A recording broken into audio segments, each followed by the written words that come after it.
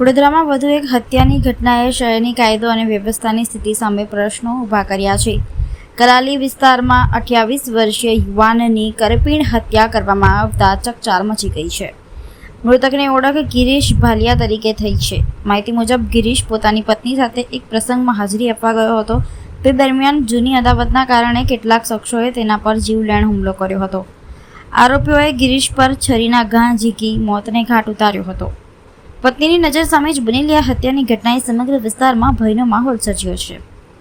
મૃતકના પરિવારજનોએ કરણ અને દર્શન મારવાડી નામના શખ્સો પર હત્યાનો ગંભીર આક્ષેપ કર્યો છે. ઘટનાના પગલે પરિવાર શોકમાં ગરકાવ થઈ ગયો છે. માતા પિતાએ પોતાનો એકનો એક પુત્ર ગુમાવ્યો છે, જ્યારે એક દીકરીએ પિતાની છત્રછાયા ગુમાવી છે.